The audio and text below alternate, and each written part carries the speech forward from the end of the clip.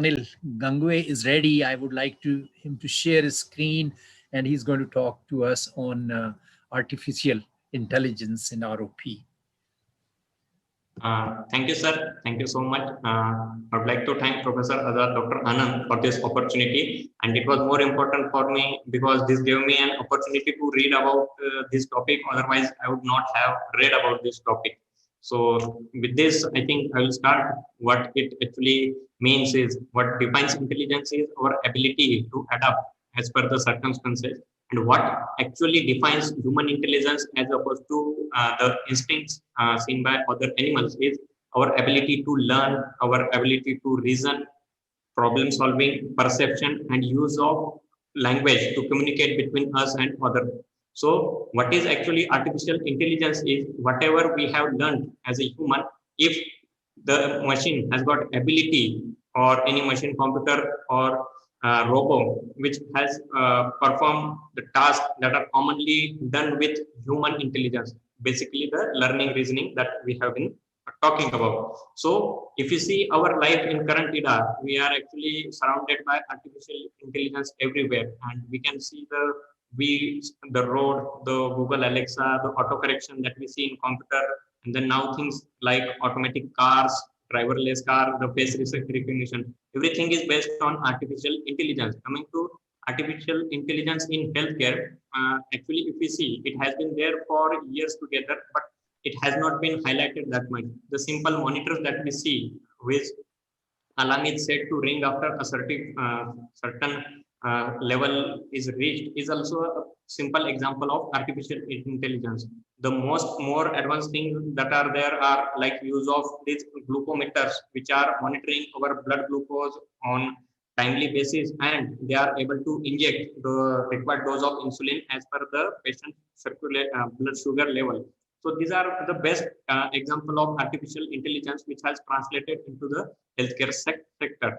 If you see ophthalmology, the devices that we have been using, simply OCT, the OBSCAN, the topography machines, they have been filled with this data where we were able to actually see and diagnose, help the patient to achieve a diagnosis. So AI has been around us for long time, and we are actually, so the best thing or the FDA approved thing, the IDX for detection of diabetic retinopathy has been the first thing that has been approved by the FDA of United States, and has become available for clinical implication without need for any primary physician.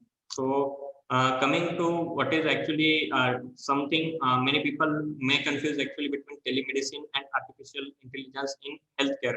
So what is basically telemedicine is the information is gathered with the help of a machine. It is shared with an observer or expert who is sitting usually in a remote area, and the diagnosis and treatment is either offered to the patient based on the clinical judgment and expertise of the human or the ophthalmologist.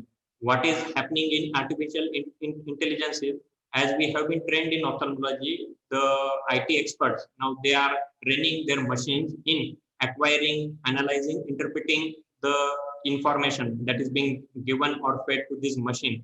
And based on the learning, based on the experience of that machine or robot, the trained machine is now going to give a diagnosis, and the treatment or therapeutic part is to some extent done, and in ophthalmology, the therapeutic part is yet to come. So what is basically a prerequisite for ROP screening using artificial intelligence is we need to have a machine which can actually acquire the image. It will be all around revolving around a digital image for that machine to analyze, to have a data, and to reach at the diagnosis. So to have a digital imaging technology is a must. Without that, we won't be able to go ahead using AI in ROP screening. If you see evolution of artificial intelligence in ROP, it has been there, talk has been there around last decade, but most of the research that we see in ROP screening and artificial intelligence, they are have been in last 4 to 5 years. There has been significant publication which has actually focused on this issue. And if you see, most of the literature or most of the publications are usually from United States and universities from United States. Even India is a second ranker in this publication. However, most of our publications are related to the biomedical research and technology, and some of them has been in the medical scientific journal as well. So coming to ROP screening and artificial intelligence, if you see the evolution, initially we used to screen with ophthalmoscope, then came the digital wide field imaging, and after that, around in 2007, 2008, people developed the manual and semi-automated tools, which are actually based on the dilatation index, the tortuosity of blood vessel. So what these were different tools that were used by the machines and were dependent upon the expert opinion to come to the conclusion. However, with evolution, they have now trained their machines. They are coming with a support vector machine, which is another machine helping the acquisition method. Then most recently, or as the technology has advanced, newer things like machine learning, deep learning, convolutional neuronal network. These are very complex kind of technologies that most of the IT experts they are implementing to teach or to train their machine in analyzing the data that an ROP expert or ophthalmologist is able to prove.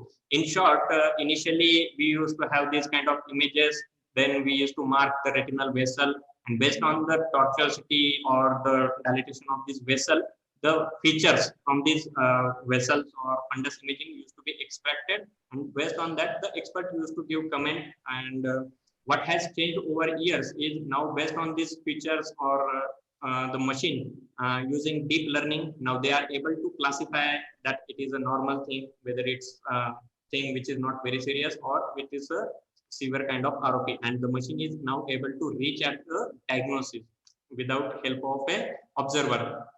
So basically in diagnosing AP-ROP, there are various tools have been used. Most of them or most robust study or research methodology has been used by this imaging and informatics in ROP retinopathy of prematurity group, and it is very much active in USA. So what they have been focusing on diagnosis of plus disease, and most of the literature now they are actually talking about diagnosis of plus disease. So there are papers and there are information where disease severity has been talked about. Now people are able to demarcate the zone 1. Now Dr. Anand and his team were able to identify the disease severity and identify the stages in the digital imaging. So if you see most of this literature, the sensitivity and specificity of AI or deep learning in diagnosing severe form of ROP was over 90% in almost all the studies. And if we include pre-plus disease, then the specificity and sensitivity raises up to 98%. Besides diagnosing ROP, the AI will be a helpful educational tool because it will be able to decrease the inter-individual variation in teaching and training, and can be very much helpful in designing a method which will be actually useful for accreditation of trainees, which is actually lacking right now. And if you see ROP as a therapeutic tool, right now it's far from our imagination. However, people have also used artificial intelligence to predict visual acuity and refractive outcomes after treatment. So issues with AI in ROP. Sorry, I will just conclude that there are some issues, regulatory and generalization are not possible. And in India, what we are facing is before making it universal, we need to have improved coverage of ROP screening. We need to use tele screening in a wider field, look for low cost cameras, need to collaborate better with the IT people and develop some accreditation model for our Indian babies using Indian cameras. I was happy to see many of the publications coming from our mentors, which I was able to read, and it is showing that we are also looking forward to see using AI in ROP screening. So with that, I conclude that ROP artificial intelligence improves the diagnosis. However, we need to work in a substantial effort to reach to bring it from labs and journal to the bedside. Thank you. Thank you, sir. So you're mute. Sir. Dr. Dogra, you're on mute. Very nice talk. Thank you.